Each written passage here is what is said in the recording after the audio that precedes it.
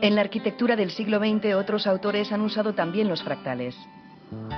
Antoni Gaudí lo hizo al triangular el Parque Güell o imitar formas de la naturaleza en obras tan emblemáticas como la Sagrada Familia.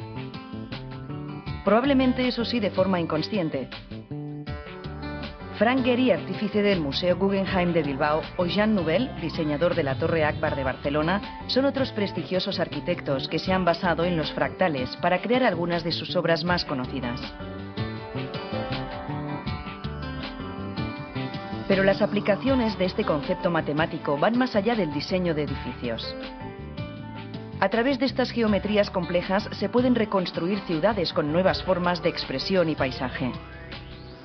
De momento no se han llevado a la práctica, pero existen proyectos que distribuyen barrios, calles, jardines de ciudades como Ámsterdam o Bilbao según los fractales.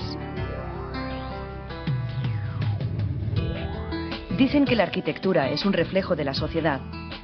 Frente a la imparable fiebre urbanística, las geometrías complejas se han convertido en una nueva forma de entender la arquitectura. Una arquitectura que construye edificios y ciudades integrados en su entorno. Hoy, si vamos a visitar el jardín, veremos que se está produciendo la inversión. Lo que era estructura deviene ornamento y lo que eran las plantas, ornamento del jardín, se está convirtiendo en la verdadera estructura científica del lugar. Bien, habremos visto que la utilización de esa idea fractal, de esos pequeños fractales, ¿no?, para conseguir desde un mecanismo ultraartificial formas naturales de la propia naturaleza, habrá dado resultado. Tendemos a ver las matemáticas como ese lenguaje indescifrable que solo es comprensible para unos pocos y después de muchos años de estudio. Vemos las operaciones y las fórmulas interminables como algo muy alejado de nuestro día a día.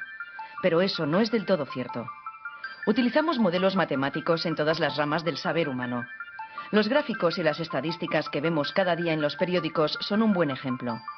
Las matemáticas están en la base de muchas cosas: meteorología, estudios financieros, ordenadores y vuelos espaciales. En economía se aplican los fractales para calcular las variaciones de los precios de las acciones.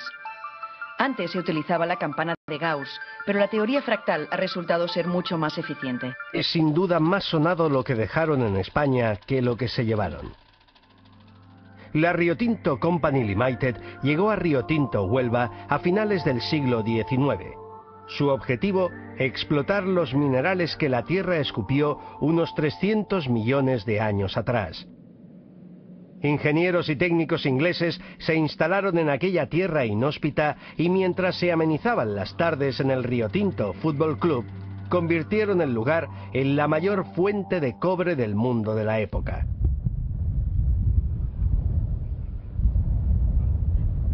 Más de 80 años esculpiendo un paisaje que, a pesar de su aspecto desolado y horadado, esconde todavía varios misterios sin resolver. Las aguas del Rio Tinto, cargadas de minerales que le dan su acidez y su peculiar color, albergan fascinantes microorganismos similares a aquellos que poblaron la Tierra en sus inicios. Otro de los sugestivos descubrimientos son las redes de fracturas por donde surgieron los preciados minerales. Nadie hasta hace poco vio en ellas su distribución fractal ni lo que ello podía significar en la búsqueda de nuevos depósitos minerales. Estábamos el profesor Dave Sanderson del Imperial College y yo haciendo una investigación minera, una investigación minera de mineralizaciones de oro. Y entonces nos preguntamos por qué unas determinadas redes de fracturas contenían mineralización de oro y otras no. Entonces pensamos, ¿habría alguna posibilidad de discriminar cuáles son las que están mineralizadas en oro y diferenciarlas de las que no lo están? Pues bueno, vamos a intentar aplicar eso de la geometría fractal. Nos encontramos en un Stockwell. ¿Qué es un Stockwell? Pues un Stockwell es una red de fracturas interconectadas entre sí con sulfuros, pirita, calcopirita, y que dejan bloques aislados de roca encajante. ¿Se forma dónde? Pues se forma en una zona de alimentación a partir de un conducto volcánico, están en los fondos marinos y realmente lo que implica es una circulación de paleofluidos mineralizados. Por encima está lo que se llaman los yacimientos de sulfuros masivos, que aquí en Río Tinto, en Cerro Colorado, han sido ya explotados. Bien, la organización geométrica de esta red de fracturas mineralizada en calcopirita y pirita es un claro ejemplo de geometría fractal, porque es invariante al cambio de escala.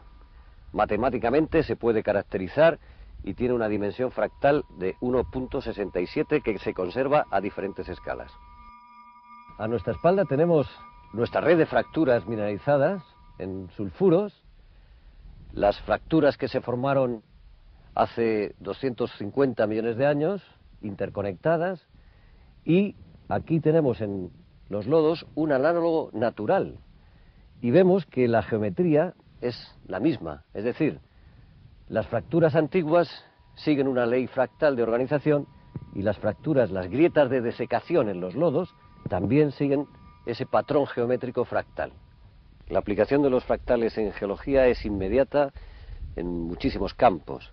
Lo que conocemos a una escala lo extrapolamos a otras escalas mayores, a escala de distrito minero. En definitiva, lo que se trata es de aplicarlo a la exploración e investigación de nuevos yacimientos minerales. Poco sabían en la Rio Tinto Company Limited hace más de un siglo sobre la fractalidad que se escondía en los filones y la herramienta que podía suponer.